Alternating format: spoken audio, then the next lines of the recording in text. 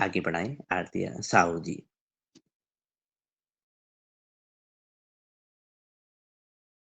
जी।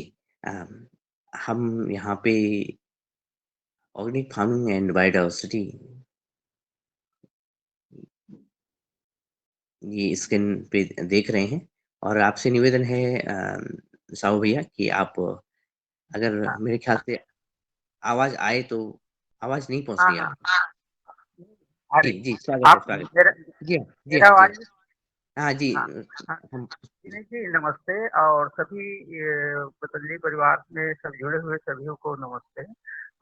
मैं प्रहलाद साहू दुर्ग उरला से और मैं ये देसी पारंपरिक देसी बीज धान संरक्षण एवं संवर्धन का कार्य 98 से मैं एक रूपांतर संस्था से जुड़ के मैं चालू किया हूँ और मैं अभी पहले संस्था में काम किया, अभी वर्तमान में एक कृषक हूँ और संरक्षण का काम दोनों काम कर रहा हूँ मैं। जिस समय रूपांतर संस्था में जब मैं जुड़ा पढ़ा था, मैं बीएससी किया, उसके बाद में एक सुरेश साहू था, उसके साथ में जुड़ करके हमने दिल्ली राजहरा से में वो पढ़ता था, तो उसी समय में सुरेश जी जो है रूपांतर संस्था के डॉक्टर विनायक लीना सेन से जुड़े हुए थे।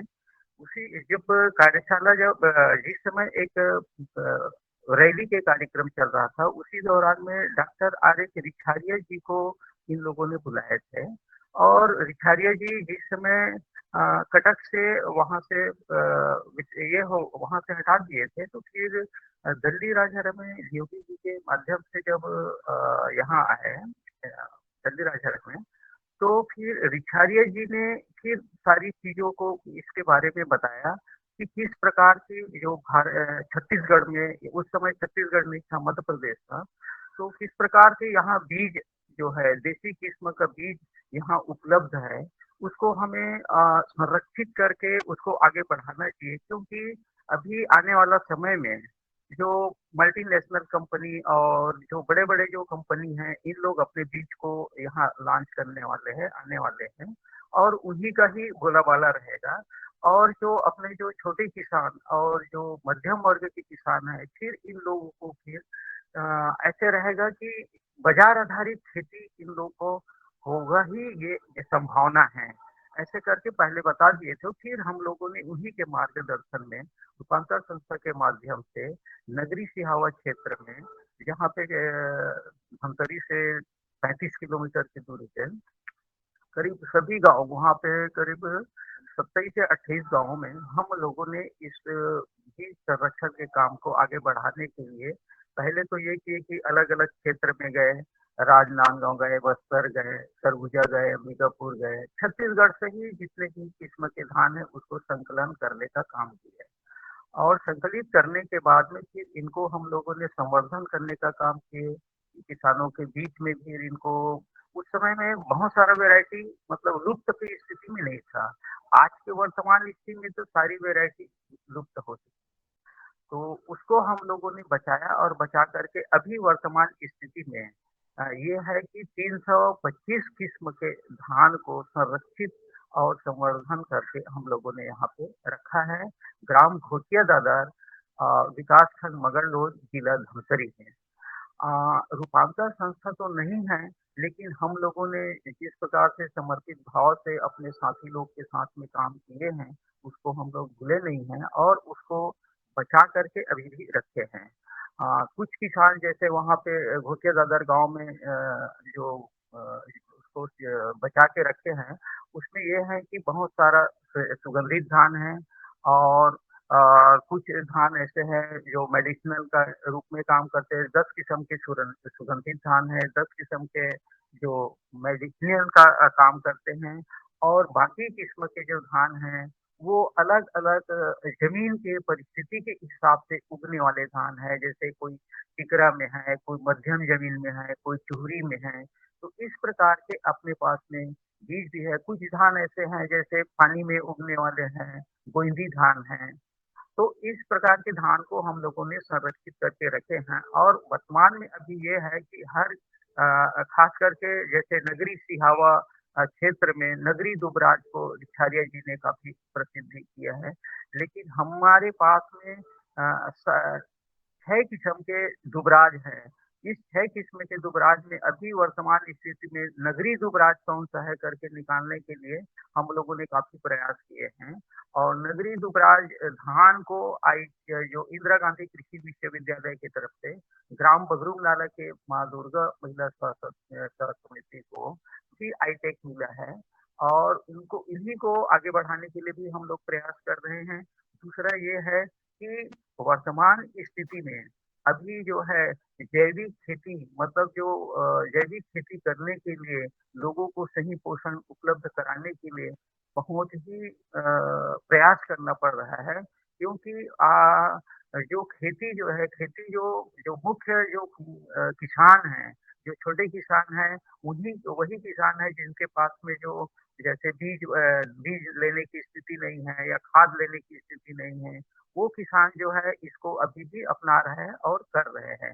बाकी जिसके पास में पानी की सुविधा हो और अन्य आय का स्रोत अधिक हो, उन लोग ये जो जितने भी अपने पुराना परंपरागत खेती के जो बीज है, उस बीज को इन लोगों ने विलुप्त कर दिए हैं। और आज के वर्तमान परिस्थिति में यही सोच रहे हैं कि हमको ज़्यादा से ज़्यादा उत्पादन वाले चाहिए।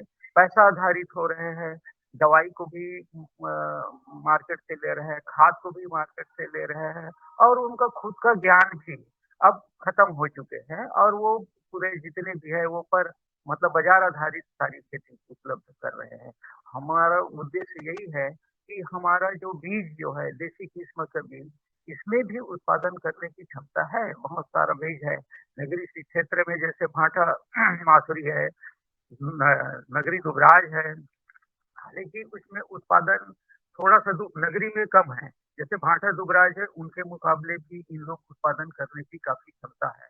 तो इस प्रकार से हम लोग का यही प्रयास रहते हैं कि धान संरक्षित रहे और संरक्षित के साथ-साथ किसान जो है, वह आत्मनिर्भर खेती कर सके, किसी के ऊपर ना हो सके। आज स्थिति ऐसे है कि सारी चीज़ दवाई और खाद कीटनाशक की सारी चीज़ बाहर मार्केट से खरीद रहे हैं और मार्केट से खरीदने से स्थिति ये हो रहा है कि किसान कितना भी अभी जो छत्तीसगढ़ स्तर में एक स्थिति ऐसा था कि जैविक खेती को बढ़ावा देने के लिए नरवा गरवा घुरवा बाड़ी करके एक योजना था जिसमें काफ़ी अच्छा प्रगति की ओर मतलब चल रहा था। एक रुझान आया था कि कम से कम जैविक खेती कर सके।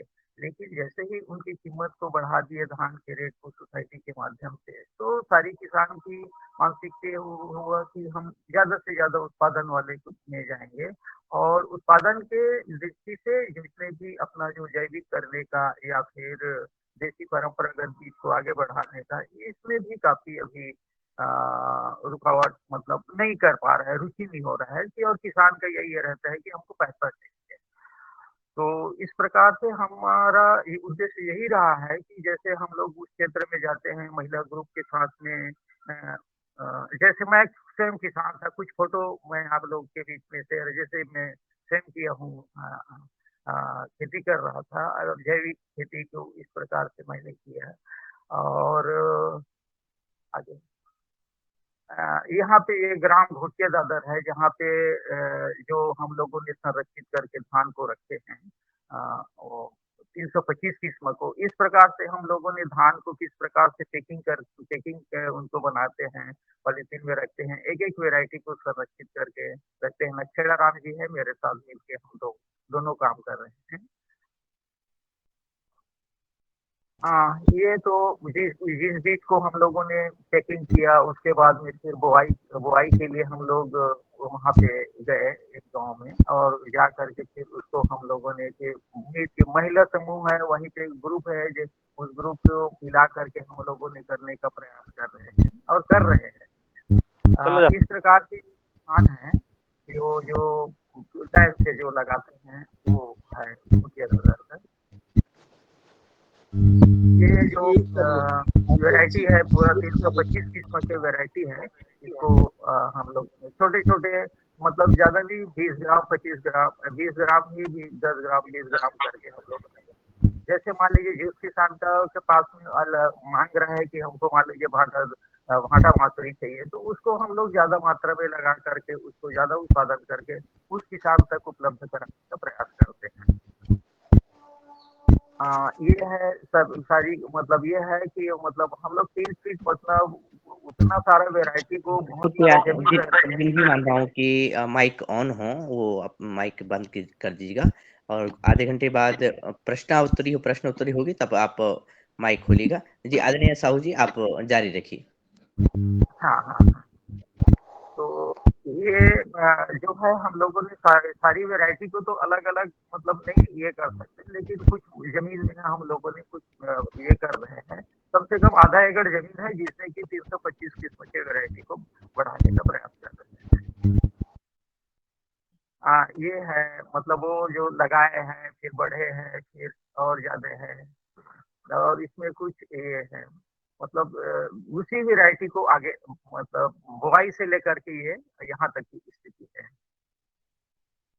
जो महिला ग्रुप है जिन लोग को बीज वगैरह भी देते हैं और बीज दे करके उन लोग भी अपने खेत में उगाते हैं। उन लोग चूज़ करते हैं कि हमको ये मुग धान चाहिए, तो उस हिसाब से भी उस गाँव के कुछ बहुत सभी लोग तो नहीं, लेकिन कुछ महिलाएँ जो है उस काम को लेकर करते हैं। लेकिन महिलाएँ जो है वो काम करने के या एक विचार को, एक सोच को, एक क्रांति ही है इस विचार को जैसे जैविक खेती का जिस विचार को वहाँ तक ले जाने के लिए ये लोग समझ जाते हैं।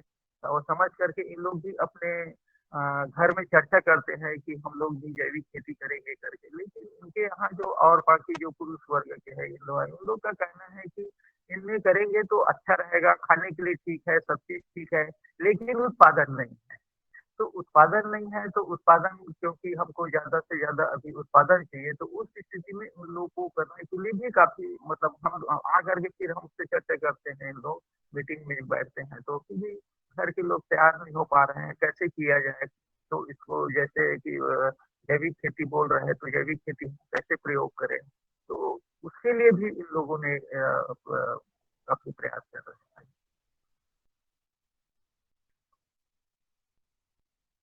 हाँ, यही है जो ये तो गाँव में जो बैठ कर के किस प्रकार से खेती में चर्चा करते हैं और गाँव में मतलब हमको कैसे आगे बढ़ाना है, उसका ये एक मीटिंग का है।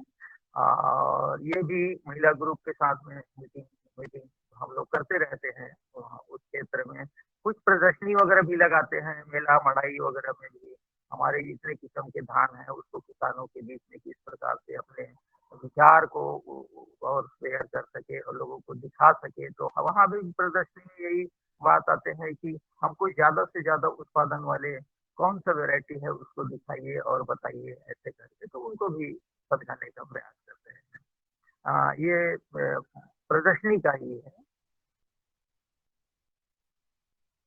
ये भी ये जो वहाँ पे प्रदर्शनी है सिहावा क्षेत्र का उनका है।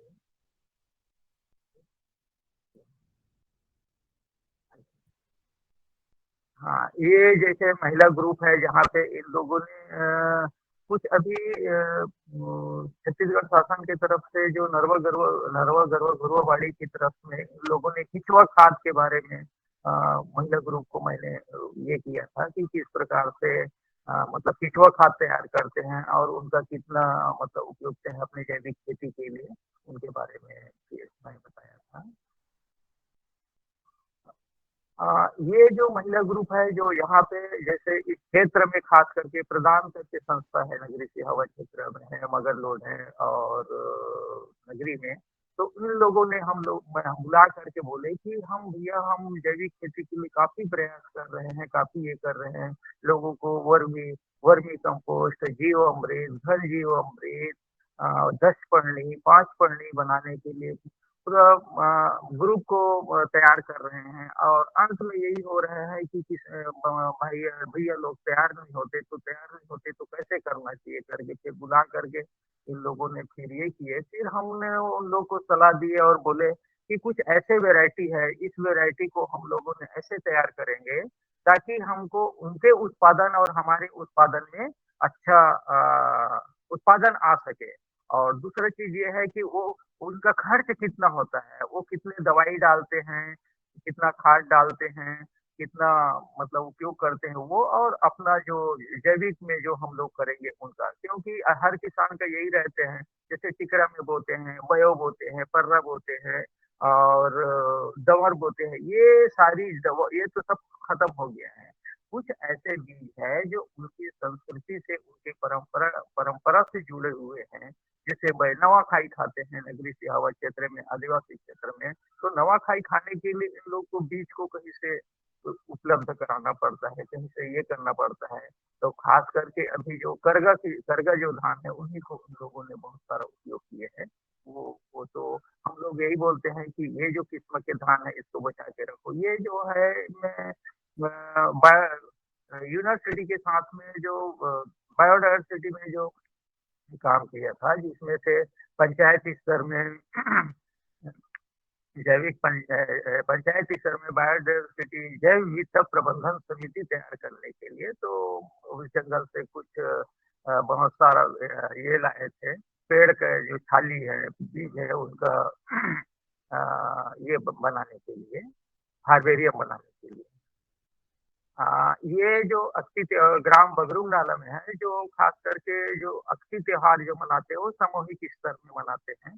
जहाँ पे सभी गाँव के लोग एक शीतला मंदिर में जाते हैं, वहाँ जा कर के सब लोग धान के अलग-अलग पहले तो अलग-अलग वैरायटी को लेकर के आते हैं। ये बहुत ही अच्छा मतलब ये था कि अ, हर घर से अलग-अलग वैरायटी आते थे और उसको मिक्स करते थे और मिक्स करने के बाद में फिर उस किसान को फिर देते थे और इसी दिन लोगों ने अपने बीज के बुआई का शुरुआत करते थे और ये भी सामूहिक रूप से जैसे कर रहे हैं। बैगा जो है जा करके गाँव में सारी ये टोकरी लेकर के आए हैं, सारी नया-नया टोकरी है, इसमें धान रखे हैं और धान रख के फिर इसको एक साथ पूजा पाठ करके फिर यहाँ पे एक सामूहिक खेती करें। पहले तो अपने-अपने खेतों में जा कर के बैगा को ले जा कर के पूजा करते थे और बुआई करते थे, लेकिन बैगा उतना अचल हुआ तो फिर हम लोग एक ही खेत में जा कर के एक साथ इकट्ठा करके उन लोगों ने अक्ति त्योहार मनाते हैं, ग्राम बगरूम नाम से।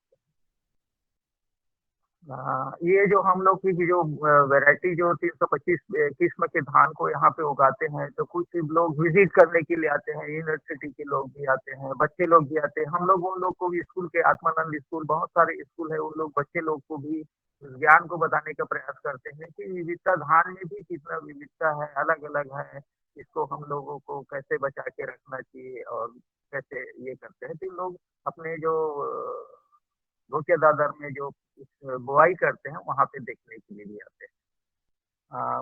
मंत्री कुछ लोग को बुलाते हैं, तो उन लोग भी आते हैं। तो इस प्रकार से हम लोगों ने धान से संबंधित जैसे हमारे पास में औषधि धान है। औषधि धान में जैसे करहानी है, आलचा है, बैसूर है और दंवर है, गठवन है, महाराजी है और हिजरी है, सरई फूल है, इलायची है।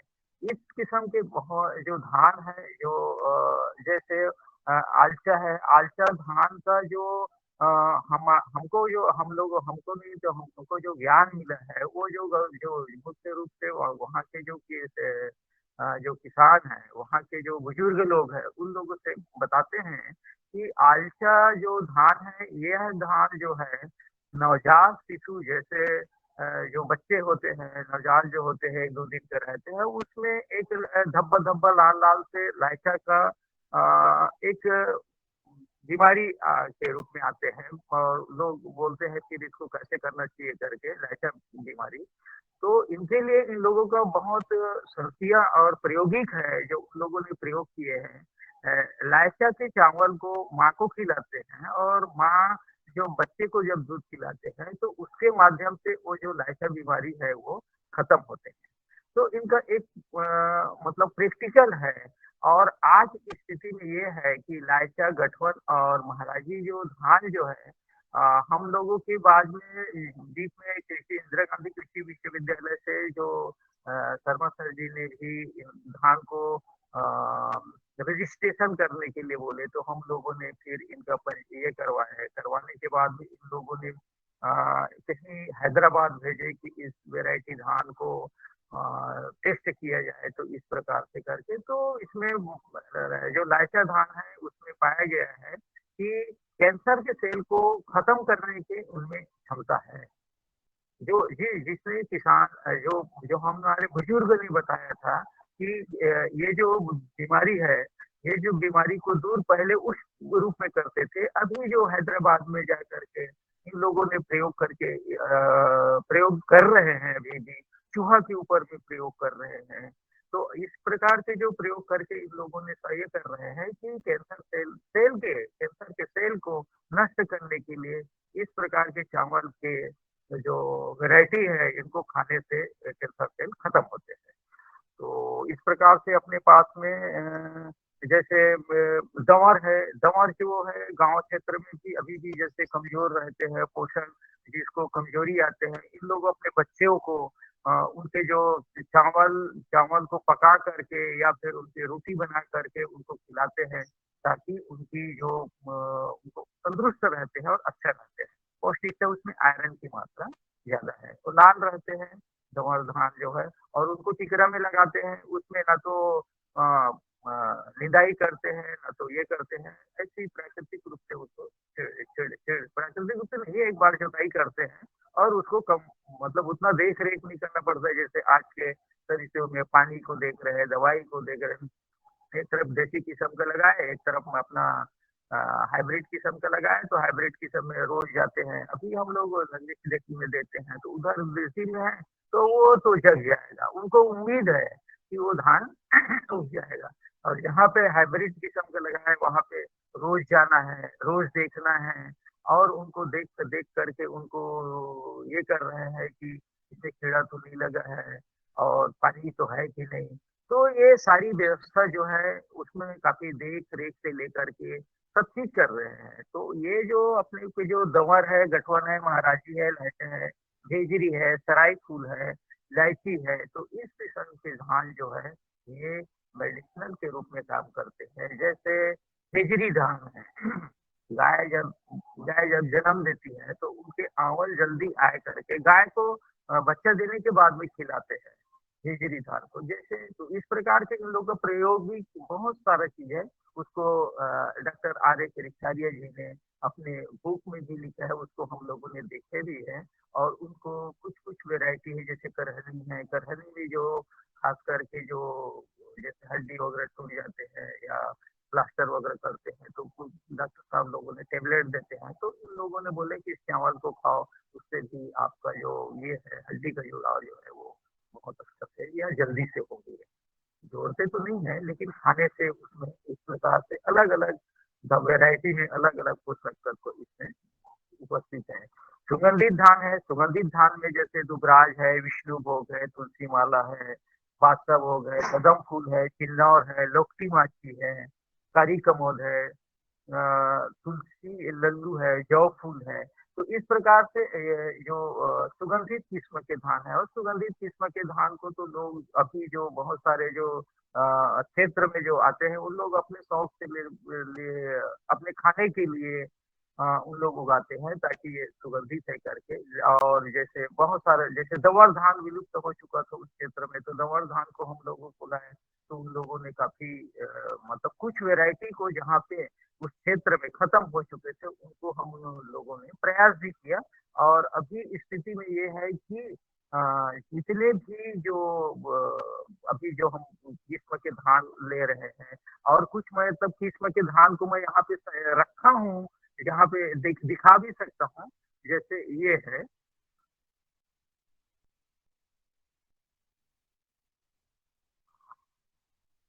ये जैसे ये है लाइका का है और यहाँ पे गुड़मटिया है।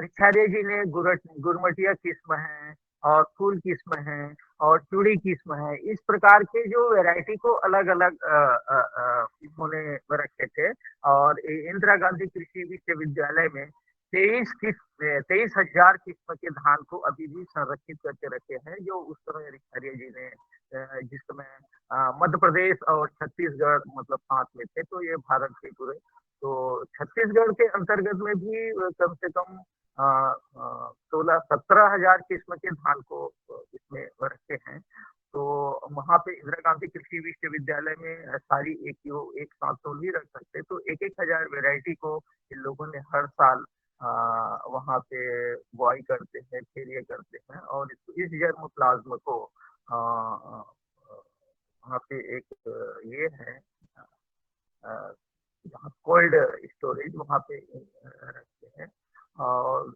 वहाँ भी हम लोगों ने शर्मा सर से भी कहा इंदिरा गांधी कृषि विश्वविद्यालय में डॉक्टर दीपक शर्मा सर जी है उससे भी कांटेक्ट में रहते हैं ताकि हम लोग किस प्रकार से उनको आगे बढ़ा सकें लेकिन वहाँ से उतना ज्यादा ये नहीं मिल पाते हमारा ये रहता है कि हम लोग अपने जो आचार्य जी ने जो बोले उसको हम कहाँ तक ले जा सके और लोगों को कहाँ तक के ये कर सके। तो आज के वर्तमान परिस्थिति में जो बीज जो है देसी बीज जो है बहुत कम लोग ही उगाने का ये कर रहे हैं प्रयास मतलब जुड़ रहे हैं और इसको हम लोग जोड़ने का प्रयास में तो काफी है लेकिन संरक्षित करके ही रखे हैं और संरक्षित करके रखने के साथ साथ हम लोग ये भी प्रयास कर रहे हैं जैसे कि उस क्षेत्र में कुछ-कुछ 5 साल पहले या 10 साल पहले जो धान वहाँ पे लोग उगाया करते थे, उसके पहले तो बुजुर्ग लोग सारी वैरायटी उपलब्ध थे। सारी वैरायटी उपलब्ध थे, ज़मीन के हिसाब से किस्म लगाते थे।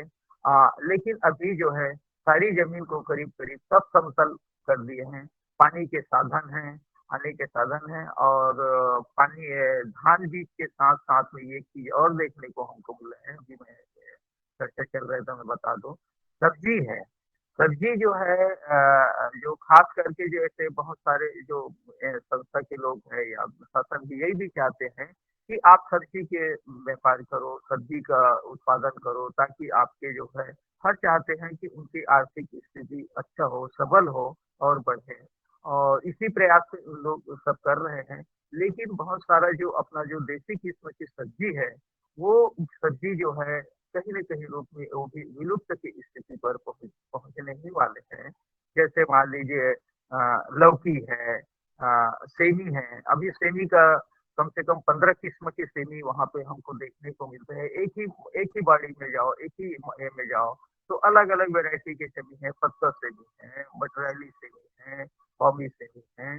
तो इस प्रकार से काफ़ी दिखने को मिलता था। अब कुछ वैसे है कि जिनको ज़्यादा ये करने से बहुत अच्छा देते हैं, तो उस स्थिति में भी सब्ज़ी में करेला को लगा रहे हैं। तो करेला को पहले के कि गाँव में ये था कि जंगल से वो ये लाते थे और उसको गड़ा देते थे, उसके ऊपर में सारी चीज़ चढ़ जाते थे। अभी ये है कि उसको कतारपुनी पद्धति से लगाओ, उसमें रस्सी लगाओ, बांधा खींचो, तो ये हालाँकि वो बहुत अच्छा है कि इससे उत्पादन अच्छा हो रहा है, लोगों की समय की बचत हो रहे हैं और लोग को ज़्यादा से ज़्यादा हो रहा है। लेकिन ये है कि अपना जो पुराना जो बीज है, वो भी बीज इसी मतलब ये में ज़्यादा उत्पादन या ज़्यादा आय के स्रोत के लिए में खत्म होने की स्थिति में है, तो इसको भी हम लोगों ने बचाने का काम कर रहे हैं, ताकि ये जो है बचे। उस क्षेत्र में जैसे मड़िया है, मड़िया को अब मड़िया को हम लोग बीच में तो बिल्कुल ही खत्म हो गया था, मड़िया। अब मड़िया को अब उत्पादन के लिए रहे, कम पानी में भी अच्छा उत्पादन, गर्मी फसल में भी ले सकते हैं मड़िया और बारिश में भी ले सकते हैं। तो मड़िया के ऊपर में भी हम लोगों ने कुछ ये कर रहे हैं। कोदो के ऊपर में, कोदो जैसे केकराखूली में बहुत सारा ऐसे जो भर्री वाले जो ये है ज़मीन है, उस ज़मीन में कोदो के लिए दिए किए, कोदो का उत्पादन किए। कोदो के लिए अभी एक डिमांड इतना है कि आज जो है छत्तीसगढ़ के बहुत सारा जो ये बेचरी है, शुगर जो है काफ़ी मात्रा में हर मतलब पहले तो लोग बोलते थे कि जो काम नहीं करते थे या फिर जो घर में ही रहते थे, इन लोग को शुगर, बीपी सारी चीज़ हुआ करते थे। लेकिन आज के जो खान-पान और रहन-सहन और बाकी सब चीज़ में अधिकतर जो है शुगर, बीपी और कैंसर जैसे बीमारी जो है, जैसे अपनी छत्तीसगढ़ में भी सरगुजा ब्लॉक में अभी जो मैं एक रायपुर की मीटिंग में आया, तो वहाँ से बायोडायवर्सिटी के कुछ इन लोगों ने इन लोग को बता रहे थे कि सरगुजा जिले में कैंसर के जो है वो जो ग्राफ है वो बढ़ रहे हैं। हाँ, जो कैंसर है। तो इस प्रकार से जो बड़े से बड़े जो बीमारी है, आज जो है हर एक ही स्थिति में पहुँच रहे हैं और लोग उनका देख भी रहे हैं और कह भी रहे हैं कि हम लोग को भी ये मतलब इनका है। जैसे बहुत सारा जैसे टमाटर है, उस क्षेत्र में हम लोग का जो देसी किस्म के टमाटर थे, छोटे-छोटे टमाटर थे और वो उनको हम लोगों ने किस प्रकार से उनका उपयोग करते थे। आज जो है वो देखने को भी बहुत कम मिल रहा है। जैसे प्राकृतिक रूप से जैसे मान लीजिए फेक्सी है, फेक्सी को लगाते नहीं हैं, वो तो जग जाते हैं वहीं पे। लेकिन अब तो लोगों ने तो वो इस प्रकार की जो खेती है, उनकी खेती के ऊपर में इन लोगों ने किए थे। जैसे हम लोगों ने उस क्षेत्र में जैसे पानी अधिक हुआ या फिर सूखा की स्थिति है, उस स्थिति में भी आदिवासी क्षेत्र में जैसे नगरीय क्षेत्र में काफ़ी सामना करते थे। तो आज स्थिति ये है कि भई 35 किलो शासन की तरफ से लोगों को चावल मिल रहा है, तो वो परिस्थिति भी उतना नहीं हो रहा है। जो मिल रहा है उसी को खा रहा है।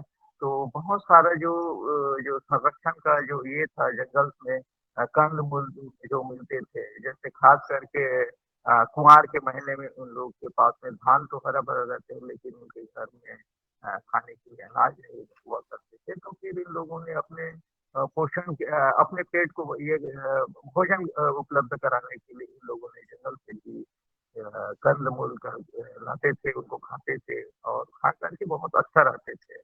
तो आज उससे ज़्यादा भी हम लोग को खाने के लिए उपलब्ध हो रहे हैं।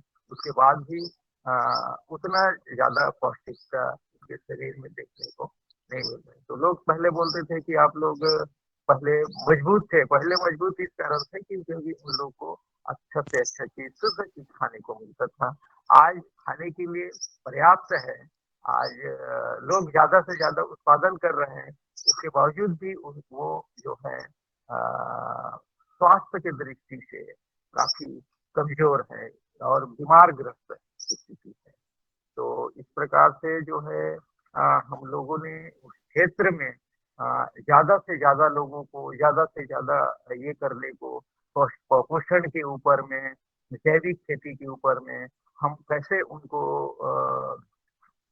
बता सकें और कैसे हम उनको एक सही मार्गदर्शन दे सकें, उनके लिए हम लोगों ने प्रयास कर रहे हैं।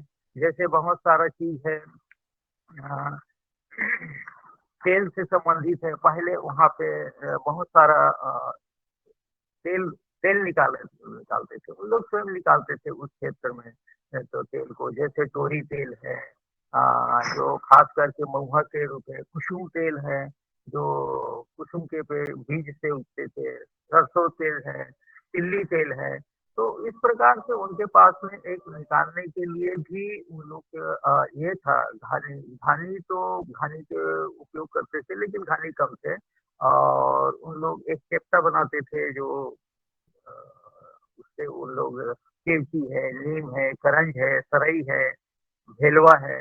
तो ये जो सारी चीज़ को उन लोग एक पत्थर रखते थे और पत्थर का एक लकड़ी का था, उनको मैं बता नहीं सकता वहाँ पे जो है और उसको एक वहाँ पे दबा देते थे, दबाने के बाद में फिर उनको तेल निकालते थे, जैसे तिल्ली का तेल है या तो फिर नीम का है।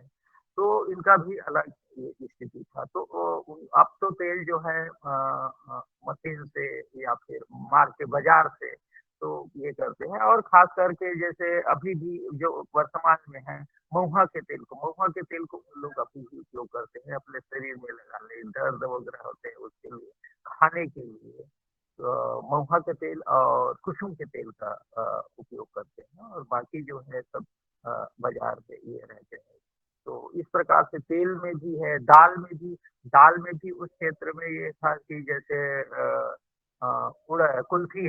कुल्थी दाल को लोग अभी भी उपयोग करते हैं, उनका भी कुल्थी है, उड़द है, तेलिया और छोटे किस्म का है, दोनों किस्म के उड़द का इन लोग उपयोग करते थे और उड़द भी कम हो रहे हैं। ये भी उड़द कम हो रहा है, और बहुत सारा जो दलहन किस्म है, ये भी कम हो रहा है, तिलहन किस्म भी हो रहे हैं। पता नहीं कि ज़्यादा जलवायु परिवर्तन लोग तो बोलते हैं कि बोल रहे हैं कि जलवायु परिवर्तन में भी बहुत बड़े जो हैं रासायनिक खाद, रासायनिक पेस्टिसाइड का प्रयोग ये सारी चीज़ भी तो कहीं न कहीं हो सकता है कि इनका प्रभाव पड़ रहा है अपने जलवायु परिवर्तन में। और फिर ये भी बहुत कम अब देखने को हो रहा है, दलहन कम हो गया, तिलहन कम हो गया। केवल अब ये हो रहा है कि धान उत्पादन कर रहे हैं और धान में दोनों फसल ले रहे हैं, गर्मी में भी ले रहे हैं और अ, व वर्षा में भी ले रहे हैं। तो एक ही हम लोग का सोच ये है कि विविधता होना चाहिए। अ, हम ज़्यादा से ज़्यादा अ, दलहन का उपयोग करें, तिलहन का उपयोग करें और मिक्स खेती हो, जिसमें कि अलग-अलग जैसे एक ही खेत में खास करके मिक्स खेती जैसे हम लोग भर्री में ज़्यादा करते हैं, जिसमें किनारे-किनारे अमारी का लगाते हैं। फिर उड़दा है, तिल है और कुसुम है, तो इस प्रकार से जो बढ़िया है, तो ये जो है मिश्रित खेती जो करते हैं, इसमें बहुत अच्छा लगते हैं, उसमें दवाई वगैरह भी नहीं डालते हैं और इस प्रकार की खेती को हम लोगों ने ज़्यादा बढ़ाने का प्रयास कर रहे हैं ताकि उनके घर में सारी अनाज जो है ज़्यादा से ज़्यादा जो है अलग-अलग जो है अनाज जो है उनके घर में उपलब्ध हो सके।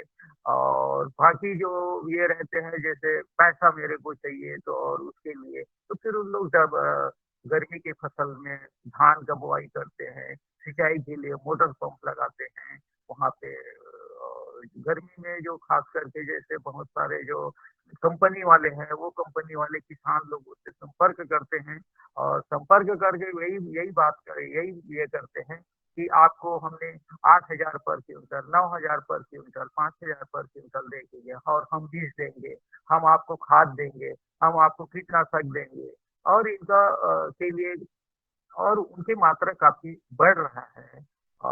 जैसे मान लीजिए नर-नारी धान को इधर-इधर हिला-हिला करके उनको भी उगाने के और किसान लोग भी यही यही कर रहे हैं और कई किसानों के बीच में भी मैंने चर्चा किया। इसमें मेहनत बहुत है भैया, इतना मेहनत करते हैं, इतना मेहनत तो हम देसी किस्म के धान को ही देखने के लिए करते, इतना मेहनत हम उसमें करते हैं। घर की सारी खेती उसको लाठी लेकर के जिस समय हाँ, फ्लोरिंग डेट होते हैं, उनको हिलाते हैं, हिला करके पर परागण कराते हैं। ऐसे किस्म के भी इन लोगों ने काफ़ी मतलब वो जो किसान जो है इस प्रकार के ये होते हैं, उससे भी चर्चा और बाकी जो किसान हैं जैसे हम लोग वो संरक्षण और संवर्धन वाले के लिए, तो जिसको बातचीत करते हैं, ये करते हैं, बहुत सारे शिक्षित लोग अब ये हो रहे हैं कि वास्तविक रूप में हमारे जैविक जो पुराना परंपरागत जो धान है, उस धान में जो पौष्टिकता है, उस धान में जो ताकत है, वो जो अभी जो धान उत्पादन कर रहे हैं, इसमें केवल उत्पादन हो रहा है, पौष्टिकता की काफ़ी ये कहीं न कहीं रूप में कमी है, जिससे कि अभी प्रयोग करते हैं, छत्तीसगढ़ स्तर में जैसे बासी खाते हैं, तो पहले के जो किसान या पहले के जो बुजुर्ग लोग जो है वो बासी 1 दिन से 2 दिन ही खा लेते थे। आज की परिस्थिति में ऐसे है कि चावल को सुबह पकाओ या गरमे-गरम खाओ, वही ठीक है। आप शाम के तो खा नहीं सकते क्योंकि चावल में भी पानी ऐसे आ जाते हैं कि वो खुद ही बासी बन जाते हैं, तो खाने लायक नहीं रहते। तो इस प्रकार से जो गाँव में भी गाँव के लोग खुद बताते हैं, ये हमारा प्रैक्टिकल है कि जो आज के जो पुराना जो धान है और अभी के जो धान है, उसमें यही फ़र्क है। यही है कि इस चावल को खा सकते हो और इस चावल को खा नहीं सकते। तो अपने जो जैविक को बढ़ाने के लिए, पौष्टिकता को बढ़ाने के लिए और लोगों के सेहत को देखते हुए में हम लोगों ने यही थोड़ा प्रयास किए हैं और ताकि लोग जितना समझ जिनका हो सके वो उतना भी कर भी रहे हैं, लोग मान भी रहे हैं और आगे बढ़ने का प्रयास भी कर रहे हैं। जैसे बहुत सारे जो ऐसे किसान हैं, जो किसान जो किसी के ज़मीन को लेकर के रेगहा और इसमें कर रहे हैं। अब उनको बोलेंगे कि आप जैविक खेती करो तो उन लोग नहीं करते। उन लोग को ये रहता है कि एक निश्चित अ, मात्रा में उनको मतलब धान देना पड़ता है। तो उस धान देने की स्थिति में वो अपना अधिक से अधिक खाद का उपयोग करते हैं, दवाई का उपयोग करते हैं। ताकि उत्पादन ज़्यादा हो और उत्पादन ज़्यादा होने के उनको मैं दे सकूँ और मेरे पास ज़्यादा बच सके और बच के मैं भी चाहे मार्केट में मैं उसका कीमत दे सकूँ। तो जो जैविक जो इस प्रकार के भी किसान हैं, बहुत सारे ऐसे भी किसान हैं, जैसे जो जो लोग जैसे मेरे पास में जो संपर्क में आया था, जो बहुत सारा जो किसान है, इनको मार्केटिंग करने के लिए ये करते थे। राजनांदगाँव, खैरागढ़ से ही देवव्रत जी थे, जो काफ़ी हमारे किस्म के धान के वैरायटी को इन्होंने ले गए। हालाँकि देवव्रत जी अभी नहीं हैं। इन्होंने मार्केटिंग के लिए से जैसे जौ फूल है, दुबराज है, तो इसको जैविक खेती कराते थे। उनके पास में वो राजा व्यक्ति थे, उनके 500 एकड़, 400 एकड़ खेत थे। उसमें भी उनको लगाते थे, जैसे जौ फूल है, दुबराज है और लगा कर के इन्होंने जैविक तरीके से अपना सेब का पैकिंग करवाते थे और पैकिंग करा कर के दिल्ली, बॉम्बे जहाँ पे जा रहे हैं, उनका मार्केटिंग करते थे।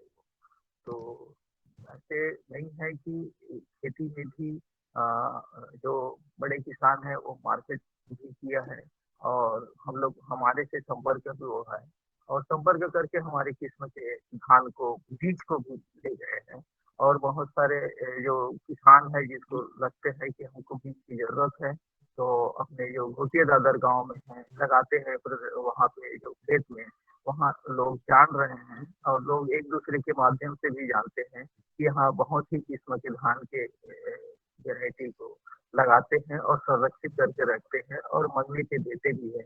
तो हम लोग हम पूरा तो नहीं दे पाते, लेकिन कुछ जैसे किसान लोग बोल देते हैं कि हमको ये वैरायटी चाहिए, तो जितना रहता है उनको दे देते हैं और देने के बाद में जैसे और उनको आने वाले साल के लिए हम और किसान को बोलते हैं कि आप इनको बढ़ाओ और बढ़ा करके बताओगे तो आप और बढ़ा सकते हो तो बढ़ाइए, नहीं तो फिर हम लोग बढ़ाते हैं और किसान को देने के लिए। तो कुछ वैरायटी है जैसे भाषा दुबराज है, लुचई है और दुबराज है। ये ऐसा एक और किस्म के जो जंवर है, इसको हम लोगों ने ताकि किसान के बीच में इस प्रकार के किस्म को हम लोग पहले हम लोग अपना कहीं के जो खेत है, जो नक्षड़ा जो राम जी के ये गांव में गोटिया दादर में, वहाँ पे उनको ज्यादा मात्रा में बढ़ाते हैं और उसको 2 किलो 3 किलो देते हैं, 2 किलो 3 किलो आने वाले साल के लिए काफी मात्रा में उनको यही भी बोलते हैं कि आप अगर हो सके तो इनके जो पद्धति एसआरआई पद्धति है, एसआरआई पद्धति के माध्यम से आप उनको बीज को 1 किलो को 1 एकड़ में भी लगा सकते हो। तो उसके लिए एसआरआई पद्धति के लिए यही रहते हैं कि पानी उनके हाथ में रहना चाहिए, निराई कोड़ाई भी मतलब उस प्रकार से। और अपने छत्तीसगढ़ में बहुत सारा ऐसे जमीन है जहाँ पे ज्यादा से ज्यादा पानी वहाँ पे मतलब भर के रखते हैं ताकि पानी जो है मौसम आधारित रहते हैं कि जब कहीं बारिश ना हो या फिर उस स्थिति में पानी की कमी ना हो, ऐसे करके फिर वो इस प्रकार से वो कहते हैं कि हमें पानी ज्यादा रखेंगे तो पानी के कहीं तो बारिश का भी कोई ये नहीं रहता। अभी तो जो मौसम परिवर्तन में ऐसा है कि 1 महीना 2 महीना पीछे चल रहा है, कहाँ बारिश जो है जून में आना चाहिए तो जुलाई अगस्त में बारिश हो रहे हैं तो शुरू में गिर जाते हैं। तो उस हिसाब से भी हम लोगों ने ये किए हैं कि जो जलवायु परिवर्तन में इस प्रकार के किस्म के धान हो जो उसमें सहन करने की क्षमता हो। जैसे खैरे जी ने अलग अलग किस्म के अलग अलग समय पे जैसे निंदाई के अधिक खरपतवार के लिए कुछ वैरायटी को निकाले हैं, कम सूखा के लिए कुछ वैरायटी को निकाले हैं, रोग को लड़ने के लिए कुछ वैरायटी है, जैसे गुरमटिया है, सफरी है, आ, और भाटा लुचई है। तो इस प्रकार से बहुत सारा है, लायचा है, इलायची धान है, वहीं पे जो अभी स्थानीय स्तर पे जो है जो उस प्रकार के जो होते हैं। और उधर पे जो पहले जो बीमारी होता था वो गंगई और तना छेदक खास करके इन लोगों ने तना छेदक और गंगई के लिए करर डाला का उपयोग कर लेते हैं उस तरफ, लेकिन आजकल अब बहुत कम हो गए हैं करर डाला को। तो हम लोग डाले ताकि वो कर्रा के डाला जो है या कर्रा के भी जो फिल्टर होते हैं वो काफ़ी कर्वाहट होते हैं और उस पानी को पूरा काला कर देते हैं, तो और बाकी बीमारी आने की कोई संभावना नहीं होती। तो इस प्रकार से भी कुछ पारंपरिक जो ज्ञान है, उस ज्ञान को भी हम लोगों ने वहाँ पे संरक्षित करने का और लिखने का भी ये किए हैं, लेकिन हमारा बुक वगैरह तो नहीं बने हैं। एक छोटा से कॉपी में लिखे हैं और लिख करके इस प्रकार से रखे हैं, अलग-अलग किस्म के ये जो धान है उनका गुण क्या है और किस प्रकार से उनको अ, रख सकते हैं। तो अलग-अलग इसको भी रखे हैं, धान का है और कुछ सब्जी का है, सब्जी को रखते हैं वो है। कुछ ज्ञान है जो ख़ास करके जो अपने बड़े बुजुर्ग लोगों ने बताए हैं। कुछ ऐसे बीज हैं जो हमारे संस्कृति से जुड़े हुए चीज़ हैं। और किसानी का जो बहुत सारा ऐसे त्योहार भी हैं, जो किसानी से जैसे अस्सी है, नवाखाई है। तो इस प्रकार से भी बहुत सारा त्योहार है जो बाकी जितने भी छत्तीसगढ़ में बहुत से त्योहार रहते हैं वो कृषि आधारित, कृषि किसानी से संबंधित त्योहार होते हैं और इस प्रकार के त्योहार का भी है, बीज का भी है और अपने यहाँ जो बीज देते हैं उनको बीज देने के बाद में जवर है, कोदो का है, कुटकी का है और वर्षा जैसे बहुत सारा। हेलो। जी, जी। हाँ, तो अभी आपने आज की वार्ता में आप कौन-कौन से धान की किस्में बचा रहे हैं, साथ में कुछ सब्जियों की किस्में भी बचा रहे हैं और कुल मिलाकर रिसारिया जी ने अपने रिसर्च से जो विरासत सौंपी थी किसानों के मध्य, उस विरासत को आप आगे बढ़ा रहे हैं और साथ में ये भी आपने दिखाया, दर्शाया, बताया कि क्या-क्या कठिनाइयाँ हैं जिससे कि ये जो बीज बचाने की परंपरा है और जैव विविधता को बचाने की परंपरा है, ये थोड़ा कठिन भी हो रही है। उसमें अलग-अलग कारण भी सामने आए। साथ ही आपने ये भी बताया कि जो गुणकारी, जो औषधीय गुणों को लेकर के जो धान हैं, उन पर रिसर्च भी हो रही हैं। कैंसर जैसी बीमारियों पर भी अ, इनका अच्छा प्रभाव है यानी बीमारियों में ये औषध का कार्य कर रही हैं। मधुमेह की बात करी आपने, कैंसर की बात करी और अन्य बातें भी की हैं। आपने राजनांदगाँव से किसानों के बारे में जो कि इसको आगे बढ़ा रहे थे, ये बात भी कही। अब ना राजनांदगाँव की बात करें तो वहाँ से राजनंद से फूलवासन देवी हैं, उनका समाज में खूब प्रभाव है। क्या वो बीज संरक्षण को लेकर भी अ अ, आगे बढ़ रही हैं या फिर इस क्षेत्र में उनका अ, पकड़ नहीं है? जी जी, एक तो ये है कि हम लोग नगरी सिहावा क्षेत्र से काम कर रहे हैं और राजनांदगांव में पुलवासा जी हैं, उनको मैं जानता हूँ। और सबसे पहले बात ये है कि लोग जो धरातल में बहुत अच्छा काम करते हैं और काम करने के बाद में उनको देख लेते हैं कि जो कंपनी के लोग हैं या बड़े जो बीज को आगे बढ़ाने के लिए अपने जो प्रचार-प्रसार के लिए, तो इस प्रकार के जो छोटे जो समूह हैं, महिला के समूह हैं, ये लोग जो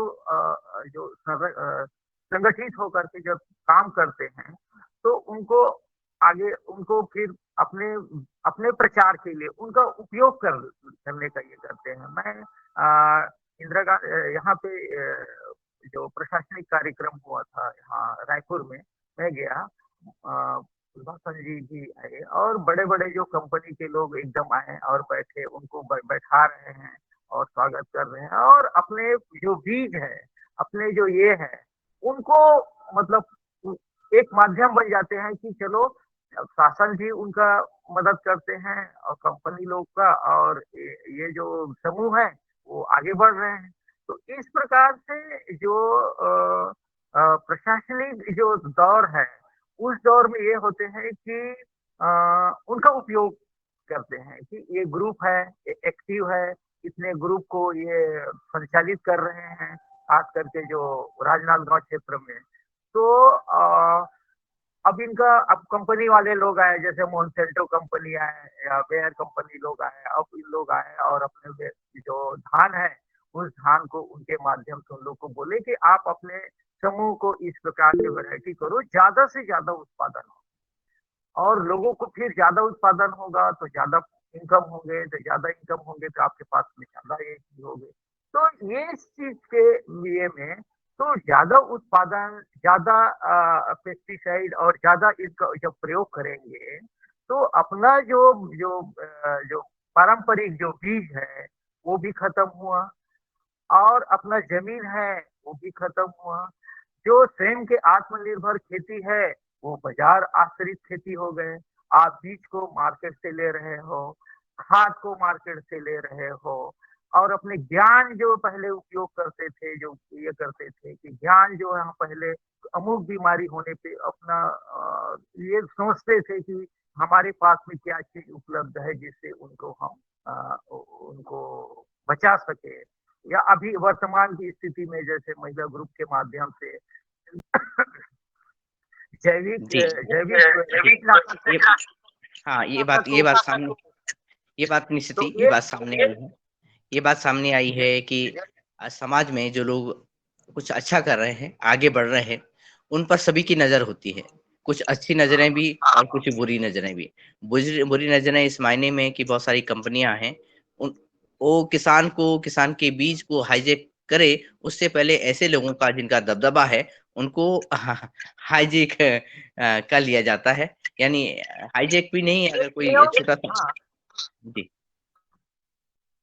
उनको मालूम है कि ये जो मतलब इस ग्रुप में इस प्रकार से जो काफी अच्छा काम चल रहा है, सबकी निगाहें हैं उन्हें राष्ट्रपति पुरस्कार या फिर जो भी पुरस्कार है, तो इस प्रकार से उनका जो उपयोग है, वो उपयोग जो उनका जो मुख्य धारा जो जो जहाँ पे वो चल रही थी, जो मुख्य रूप से ये है कि हम ग्रुप जी। बनाए, उनकी आर्थिक स्थिति को ये आगे ये बात बढ़ाए। ये बात सामने आई है और ये भी एक चर्चा का विषय बन सकता है कि किस तरह से समाज में कार्य हो रहा है और जो कार्य होना चाहिए या नहीं होना चाहिए, ये भी चर्चा का अलग से विषय बनता है। इसी क्रम में जबकि हम आगे बढ़ते हैं, तो अब हैंड रेज़ भी होने लगे हैं और मैं सबसे पहले तो Patanjali organic research institute Haridwar जाना चाहूँगा। आदरणीय पवन कुमार सर इस वार्ता को सुन रहे हैं और मैं निवेदन करूँगा कि इस वार्ता को जबकि बीज संरक्षण की बात देखी जा रही है और विलुप्त होते बीज किसानों के हाथों से भी सीधे-सीधे वार्ता के हाथ से देखे जा सकते हैं। लेकिन जो बढ़ाने के लिए जो प्रक्रिया लोगों ने कदम बढ़ाए हैं, उसके साथ ही जो अन्य बातें भी सामने आई हैं कृपया अपना मार्गदर्शन दीजिएगा। तत्पश्चात हैंड रेज़ है वहाँ से। जी, धन्यवाद दिनेश। और आज के हमारे मुख्य वक्ता प्रहलाद साहू जी का अभिनंदन। बहुत सुंदर तरीके से उन्होंने आज आपने सारी प्रक्रिया बताई कि कैसे आप बीजों का संरक्षण कर रहे हैं और उसमें क्या व्यवहारिक कठिनाइयाँ देखने को आती हैं, कैसे उनका सामना करते हैं। मुझे जो सबसे अच्छी बात आज आपके वक्तव्य में लगी वो ये था कि लोग, गांव के लोग कैसे सामूहिक रूप से अपने बीजों को बचाने के लिए जो प्रक्रिया को फॉलो करते हैं, मंदिर में जाते हैं, बीज को चढ़ाते हैं, बीज के साथ पूजन करते हैं, तो अपनी जो संस्कृति है उसके साथ जो जुड़ाव वाला बात है, ये बहुत मुझे लगता है कि बहुत महत्वपूर्ण है। और यही चीज आगे इस प्रक्रिया को आगे लंबे समय तक ले जाने के लिए प्रेरित करती है, क्योंकि ये आपकी जिंदगी का हिस्सा बन गया है। ऐसे जहां जहां पर भी प्रयास किए जाते हैं सामूहिक रूप से, और सामूहिक रूप को उसको आध्यात्म के साथ जोड़ा जाता है, भगवान के साथ जोड़ा जाता है, तो वहां पर वो प्रयास जो है शायद लंबे समय तक चल पाए। और जो बाजारी शक्तियों की जो प्रभाव है उससे भी कुछ हद तक के शायद कभी बच सकते हैं, हो सकता है नहीं भी बचे। ये आने वाली पीढ़ी का कैसा रुझान रहता है इस पर निर्भर करता है। लेकिन परंपरागत तरीकों से तो इस चीजों के, इस तरह के जब भी पानी, जंगल, बीज बचाने का कार्य हुआ है, तो इस चीज से लोगों में एक नई भावना विकसित होती है और वो भावना लंबे समय तक चलती है और लोग उसको अपने त्योहार और उसका उत्सव का हिस्सा बना लेते हैं। तो ऐसे उत्सवों की जो अब स्थिति है उसके बारे में आपके क्या विचार हैं कि क्या ये परंपरा कायम हो पा रही है या उस परंपरा भी नई पीढ़ी इसको दूसरी तरह से देखती है? और इसमें आपके क्या विचार हैं, आपके क्या अनुभव हैं, आप क्या अभी देख पा रहे हैं, क्या ट्रेंड अभी चल रहा है, इस बारे में भी आप बताइएगा। बाकी बहुत सुंदर, मुझे बहुत आनंद आया आपकी बात सुन के। और आपका जो ये जो अनुभव है ये निश्चित रूप से सामुदायिक रूप से अनुसरण करने के लिए है, क्योंकि ज्यादातर हमने जो लोगों को देखा वो व्यक्तिगत रूप से बीज को तो बचा रहे हैं, कई बार उनमें से कई लोग जानकारी भी नहीं दे रहे हैं कि ये आगे कैसे कर रहे हैं, वो उन्हीं तक सीमित रह रही है और आगे उसका विस्तारीकरण नहीं हो पा रहा है। लेकिन ये जो प्रक्रिया सामूहिक रूप से कार्य करने की, बीजों को लेकर के करने की जो है, ये बहुत बढ़िया है, ये सबसे अच्छा तरीका है। और अगर ऐसा, इससे पता लगता है कि समुदाय आपस में किस प्रकार से एक दूसरे के साथ जुड़ा हुआ है, ये भी चीज उसमें सामने निकल के आती है। तो मैं आपसे अनुरोध करना चाहूंगा कि आप ये जो प्रक्रिया अभी तक के चल रही है सामुदायिकता की, क्या इसमें रुझान क्या आ रहे हैं? जी प्रहलाद जी। आ, जी, ये जो सामुदायिक जो मुख्य रूप से हम लोगों ने वहाँ पे गौड़ जाति के लोग हैं, तो उन लोगों से भी सामूहिक रूप से कुछ जो उनके समाज में जो बड़े पद में मतलब उन लोग हैं प्रशासनिक स्तर में, उन लोगों से भी चर्चा किए। जैसे जंगल का उनका आदिवासी क्षेत्र में जंगल का उनका रिश्ता जो उनके समाज से काफी जुड़ा हुआ है। जैसे उन लोग का जो बहुत सारा परंपरा है, आमा खाप, आमा तभी उन लोग खाते हैं या आम का पेड़ उन लोग लगाते हैं। तो आमा का ये है कि जब तक उनका जो देवी के सामने पूजा नहीं करेंगे, देवी को पहले उन लोग अपना अर्पण नहीं देंगे, जैसे आम है, महुआ है और बाकी सब चीज है, तो परिपक्व जब होते हैं तभी उनको देवी को अर्पित करते हैं, उसके बाद में फिर खाते हैं। तो इस प्रकार से जो पेड़ पौधा प्राकृतिक रूप से उनका संस्कृति से जुड़ा हुआ है और उस संस्कृति में उन्होंने जोड़ करके पूजा स्थापित है, तो तभी वो चीज वहां पे संरक्षित है। ठीक उसी प्रकार से जैसे गंवार का है, पर्रा का है, बयो का है, तो ये बीज भी जो है इन लोगों को नवाखाई होते हैं उसी समय इन लोग पहले अपनी देवी को चढ़ाते हैं। चढ़ाने के बाद में फिर इन लोग अपना नया भोजन या नया जो खाने के जो उनके रिवाज में ये मतलब है, तो इसको हम लोगों ने ये करते हैं कि समाज को और बाकी व्यक्तियों को बताने पे फिर उन लोग ये होते हैं कि हाँ, इसको हमको कैसे हमको बचा के रखना चाहिए, तो उसमें राजी होते हैं। तो हमारा प्रयास ये रहेगा कि इतने किस्म के धान हैं और ये जो बीज है, हम तो कुछ समय तक एक मतलब बचा के रखे, संरक्षित करके रखे। हम सोच रहे हैं कि उस समाज में जैसे आदिवासी समाज हो या गौड़ समाज हो, उस तरफ हम लोग बात कर रहे हैं ताकि इन लोग भी इस बीज को संरक्षित करके रखे, सामाजिक रूप से रखे। और हम लोग अभी जितने भी बीज को रख रहे हैं सब अपने अपने स्तर में रख रहे हैं, कोई एक व्यक्ति इतने बीज को रख रहे हैं, उसको कहीं से कहीं सपोर्ट मिल रहा है, उस रूप में कर रहे हैं हम लोग को। ऐसे रिचार्य जी ने एक मार्गदर्शन दे दिया जो जुनून बन गए और जुनून बन के इतने बीजों को संरक्षित करके रख दिए। अब हमारे जो नक्शेदा राम जी है वो 60 साल 65 साल का हो गया है। अब हमको सोचना पड़ रहा है कि उसको अब हम इस इतने सारे वैरायटी बीज को अब हम किसको दें। तो हम समाज से बात किए, समाज के लोगों से किए, आदिवासी लोग समाज से ये किए, तो आदिवासी समाज में उन लोग भी का ये है, उन लोग का भी परंपरा है, तो परंपरा में इसको आप जोड़िए। जैसे कुछ ही वैरायटी को परंपरा के अंतर्गत में जोड़ के रखते हैं, जैसे नवाखाई या भाजी, बहुत सारा भाजी है, जैसे हरेली के दिन उन लोग चढ़ाते हैं, भाजी का भी सब्जी का भी उन लोगों के संस्कृति से जुड़ाव है।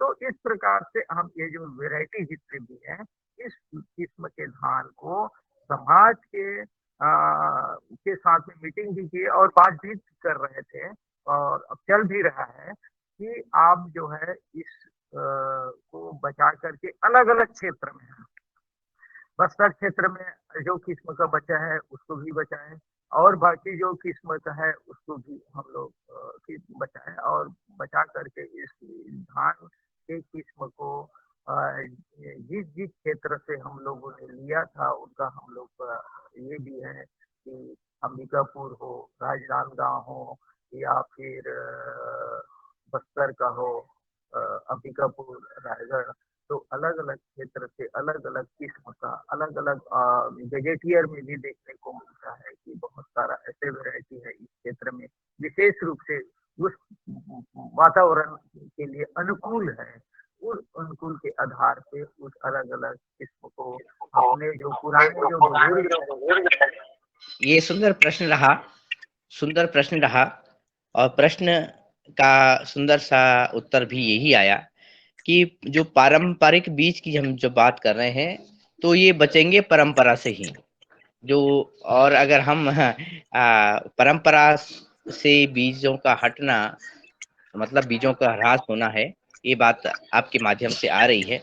इसी क्रम में जब हम अगली बार भी आपको सुनना चाहेंगे, और जो आदरणीय पवन सर ने एक प्रश्न रखा, लेकिन वो बहुत विस्तार लेता है प्रश्न, तो इस पे हम चर्चा रखेंगे किस तरह से जैव जैव विविधता के अन्य अनुक्रमों को आप अपना रहे हैं, आगे बढ़ा रहे हैं। इसी क्रम में आदरणीय डॉक्टर किशोर दुबे सर, आपका हैंड है। धन्यवाद दिनेश जी। आज की चर्चा बहुत अच्छी चली, और महाकुंभ के पर्व में प्रहलाद जी जैसे भक्त की याद आना और वो आज अतिथि के रूप में उन्होंने ज्ञान देना बहुत एक अनूठा योग है, ऐसा मैं समझता हूँ।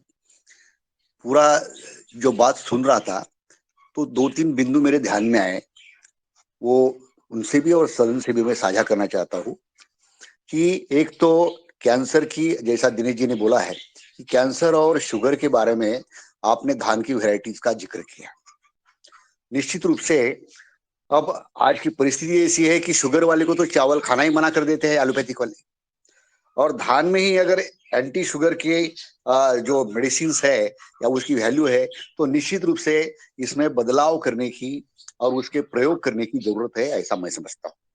दूसरी चीज कैंसर की है कि कैंसर में तेजी से बढ़ रहा है, और उसके लिए अलग अलग प्रकार की जो एलोपैथिक मेडिसिन आ रही है, 3-3, 4-4 लाख का एक एक इंजेक्शन आ रहा है, तो ये सब केमिकल वाले हैं।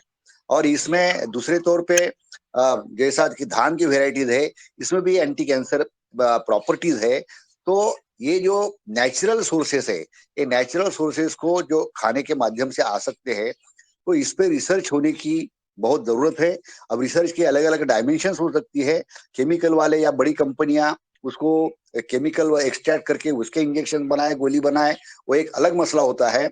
और दूसरा मसला होता है कि भाई नेचर में ही यदि हम धान खाना चालू का, ये जो चावल खाना चालू करें, तो हमको एक प्रिवेंटिव मेथड जिसको बोलते हैं कि भी होगा ही नहीं, अगर होगा है, होता भी है तो पहले दूसरे स्टेज में है तो वो वहां पे रुक जाएगा।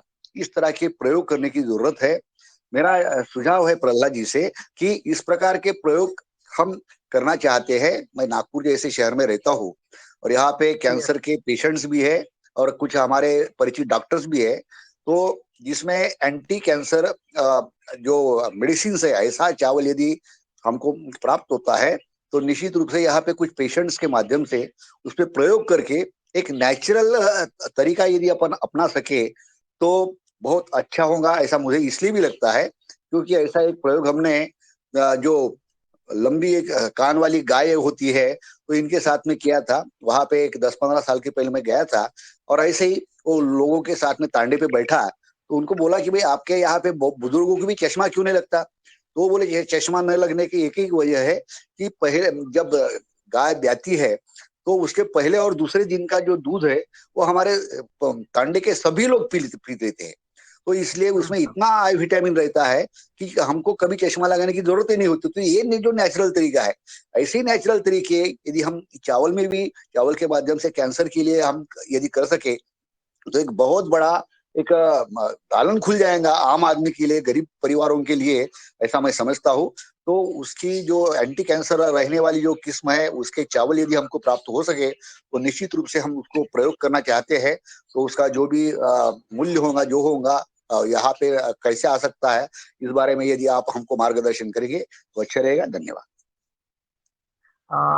सर, वो लाइचा जो किस्म के जो धान है, इस धान का चावल का उपयोग करने के लिए अब हम लोगों के ये तो चल रहा है हैदराबाद और अलग अलग चूहा के ऊपर में ये कर रहे हैं और उनका काफी ये हो रहा है। लेकिन जो अपने जो किसान जो बुजुर्ग ने जो किया है, अपने घर में जो प्रयोग किया है और अभी भी कर रहे हैं लाइचा धान का, तो इसको हम लोग भी काफी फोकस कर रहे हैं कि जो कैंसर जैसे बीमारी के लिए लोग तो बोल रहे हैं कि इनके लिए अच्छा हो रहा है।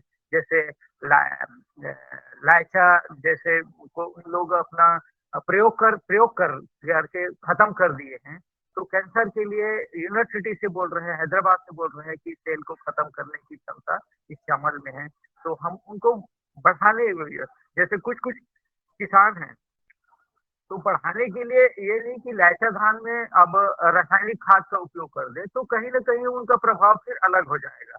तो ग्राम बगरूम नाला में इनको एक ही किसान लगाते हैं लाइचा धान को, और उसके जो किस्म के जो चावल है, उस चावल को हम लोगों ने अभी तक प्रयोग नहीं किया है कि जैसे किसी को कैंसर हुआ है या कौन सी स्टेज में जो कैंसर है, उसको कितना मात्रा में और कैसे खिलाया जाए।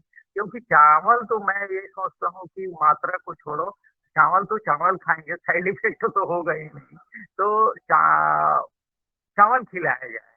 तो हम लोगों ने कुछ व्यक्तियों से चर्चा हुआ, तो उन लोग बोले कि यहाँ तो किसी को तो हुआ ही नहीं है, तो किसको खिलाएँ?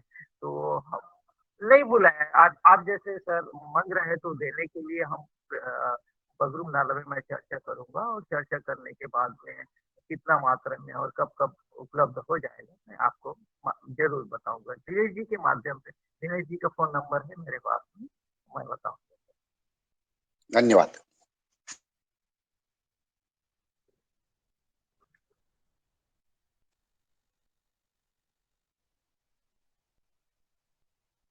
जी, जी, धन्यवाद सर। और इसी क्रम में आदरणीय डॉक्टर विनोद भट्ट सर, आपका हैंड रेज़ है। और पारंपरिक और परंपरा से जुड़ने की बात जब आगे बढ़ रही है, तो आपकी बात होना और महत्वपूर्ण हो जाता है।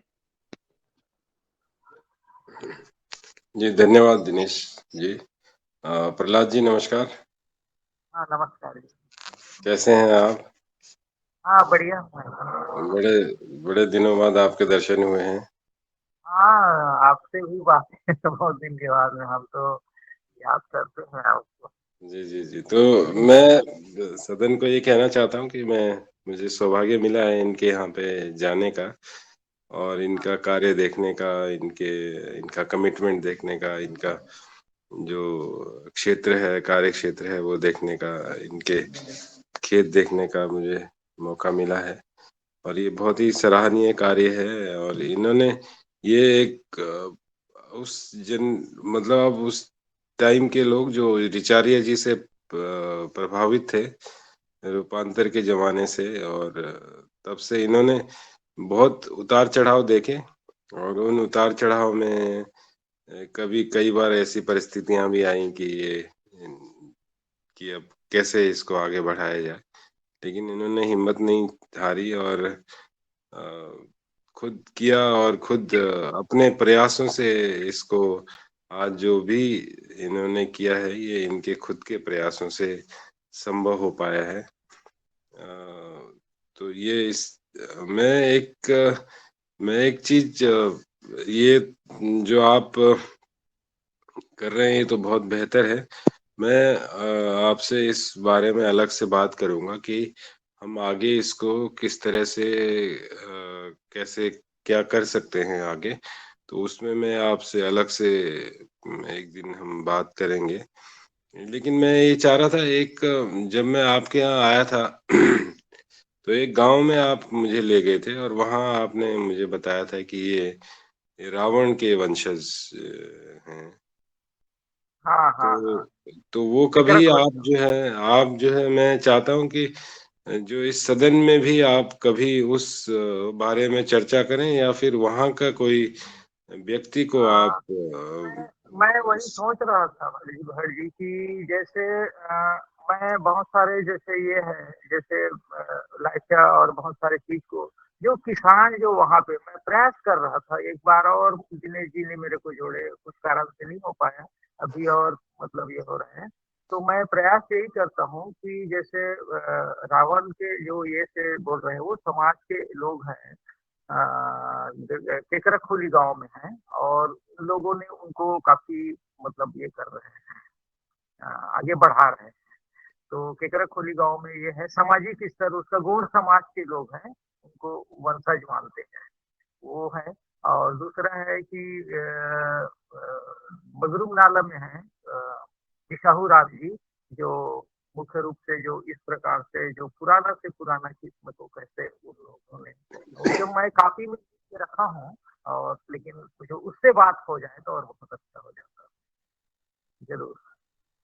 आपसे मिलके बहुत अच्छा लगा और दिनेश आपसे विस्तार में इस बारे में बात करेंगे। बहुत बहुत धन्यवाद और आपको बहुत बहुत शुभकामनाएं। आपने जो कार्य है इसको आगे बढ़ाने के लिए बहुत बहुत शुभकामनाएं। धन्यवाद। नमस्कार।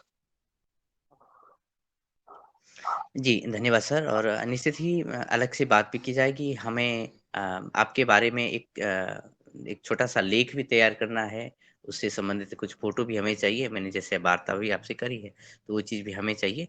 और जैसे पवन सर ने भी जो परंपरा को लेकर के जो बात रखी है और आदरणीय भट्ट सर ने भी जो इसमें जोड़ा है, तो ये एक परंपरा जो हमारी अलग-अलग कुनबों से होते आए, अब रावण के कुनबे की बात भी आ गई है। तो ये आने वाले टाइम में आपको हम पुनः सुनेंगे और हाँ ये नहीं अच्छा मैं यही बोल रहा हूँ कि ज्यादा हो सके कि जो उस सब्जेक्ट में जैसे आज समाज के लोग जैसे ज्यादा बोले तो ज्यादा अच्छा रहेगा क्योंकि वो उनके बारे में जैसे बता रहे हैं कि रावण या फिर जो भी स्थिति है तो उन लोग अभी समाज में चला रहे हैं अपने परंपरा में अभी उनके समाज के लोग जैसे अभी उनका कहना ये है कि रावण हमारे वंशज है मतलब ये किस प्रकार से मतलब हम लोग के आदिवासियों के बीच में मतलब उनका महत्व है उनको काफी अच्छा बताते हैं हम लोग तो मैं बेहतर है बुखऊ राम जी जो रहेगा बुखऊ राम जी को फिर डायरेक्ट जैसे हम लोग चर्चा करते हैं दोनों बैठ जी, जाए उसको अवश्य अवश्य ही। जो निकट पहुँचते में जल्दी ही ये प्रयास हम करते हैं कि इन ऐसे लोगों को जोड़ें और ऐसे लोगों को जोड़ने से जो जैव विविधता है, प्रकृति है, उसके और करीब हम जाने समझने की बात भी कर सकते हैं। इसी क्रम में आदरणीय अस्तित्व तिवारी जी आपका हैंड रेज़ था।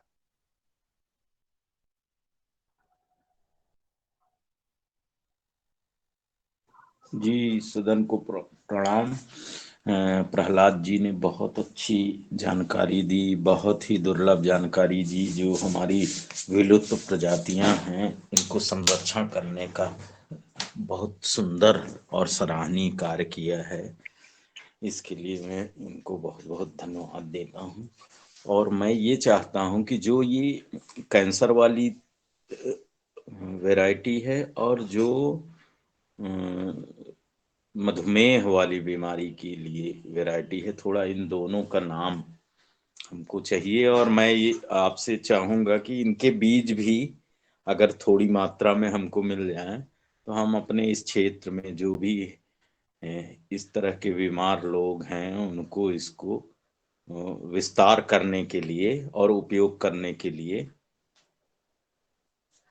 दूंगा, जिससे उनकी ये बीमारी पे भी अनुसंधान, जैसे दुबे सर ने कहा कि इस तरह के अनुसंधान हो और इनका विस्तार भी हो। यस सर ये जो लाइका गठवन और महाराजी है तीन किस्म के लोगों ने प्रयोग करने के लिए तो हैदराबाद भेजे हैं और इस किस्म को हमने जो खास करके लाइका को आगे बढ़ाए हैं, जो किसान जो उनको ये कर रहे हैं, उनका बीज हम लोग उपलब्ध करा देंगे लाइका का। और गठवन और महाराजी का हम लोगों ने नहीं किए हैं, क्योंकि उसमें ज़्यादा उतना गुण नहीं है जितना लाइका में है। और शुगर के लिए हम लोगों जो मुख्य रूप से जैसे जो नागपुरी गुरमटिया है, इन लोगों ने जो बहुत पहले उगाया करते थे मोटा किस्म के धान है, उनको भी रखे हैं अपने पास में। और शुगर में जैसे कोदो के चावल का ज़्यादा उपयोग करते हैं सर, अभी जो बहुत सारे ये है जो कोदो है। तो कोदो तो टिकरा खेत में मतलब ऐसी सीड छिड़काव के माध्यम से उसको लगाते हैं, तो कोदो का भी हमारे पास उपलब्ध है। समय रहेगा तो मैं देखता हूँ कि कितना-कितना मात्रा में कितना-कितना हो सके। और मैं खास करके जैसे रिसर्च वगैरह का कर रहा है, तो जो-जो नॉलेज में सर लोगों ने पुष्टि किया है, तो हम भी चाहते हैं कि उसमें दें हम और दे करके रिसर्च हो सके और रिसर्च हो करके ताकि और लोगों को फैला करके बढ़े। तो लोगों के लिए है सर, लोगों के लिए है तो वो तो बहुत अच्छा होगा कि जी, जी। थोड़ा-सा प्रयोग निश्चित ही, सेमिनार वाले निश्चित ही। ये बीज आदरणीय एस.एस. तिवारी जी तक पहुँचे हैं, ऐसे और पहुँचेंगे, ऐसे हमें विश्वास है। क्योंकि मेरे मन में भी एक बात आई है, क्योंकि अभी हमने जब वार्ता सुनी है और इस दौरान हम वार्ताओं को सुन रहे हैं बीजों पर, खासकर पारंपरिक और देसी बीजों पर।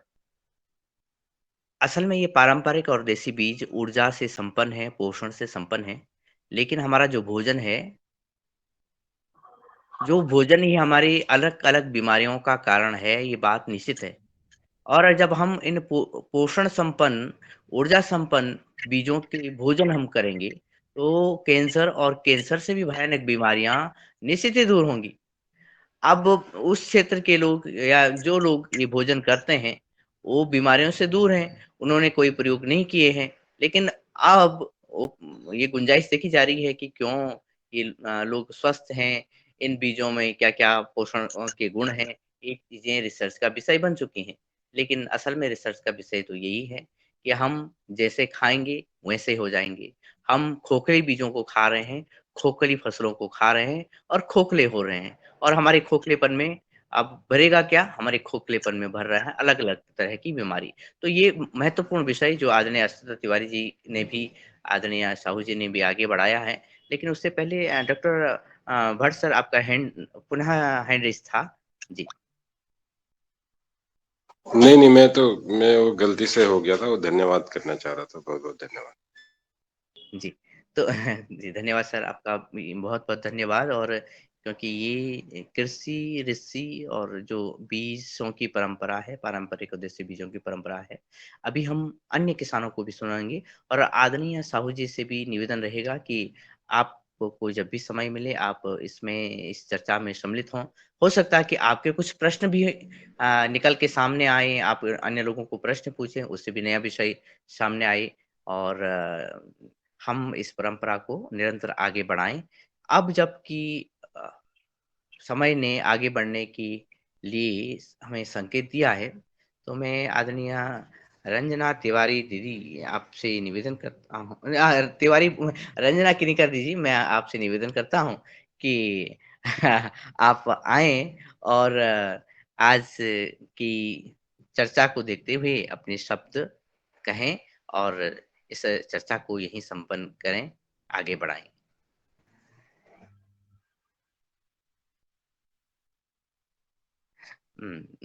संभवतः अ, तो क्योंकि समय आगे बढ़ चुका है, तो मैं आज की हमारी योग शिक्षिका बहन आदरणीय लक्ष्मी दीदी और आज के मुख्य वक्ता आदरणीय प्रहलाद साहू जी, समूचे सदन की तरफ से, आदरणीय योगाहारी सदस्यों की तरफ से बहुत-बहुत धन्यवाद करता हूँ। और ये भी निवेदन करता हूँ कि इस तरह की चर्चाओं को हम आगे बनाएँ, सुनें और एक विकल्प के रूप में, कि सबसे बड़ा विकल्प है हमें स्वस्थ होना। जिस जैविक खेती को, जिन पारंपरिक बीजों को उत्पादन करने की बात की जा रही है और संभवतः बहुत प्रश्न भी आए हैं कल प्रश्नों के भी कि हम करें तो क्यों करें इस चीज़ को? तो आज के इस सत्र में उन प्रश्नों का भी निदान हुआ है कि इसलिए क्योंकि हम खोखले भोजन से आगे बढ़ चुके हैं, बीमारियों से पट गए हैं। अपनी बीमारियों को दूर करने के लिए हम बाज़ार पर निर्भर ना होकर के किसानों पर निर्भर हों और अच्छा भोजन खाएँ, स्वस्थ भोजन खाएँ, स्वस्थ हो जाएँ। बहुत-बहुत धन्यवाद, प्रणाम। कल मिलते हैं पुनः।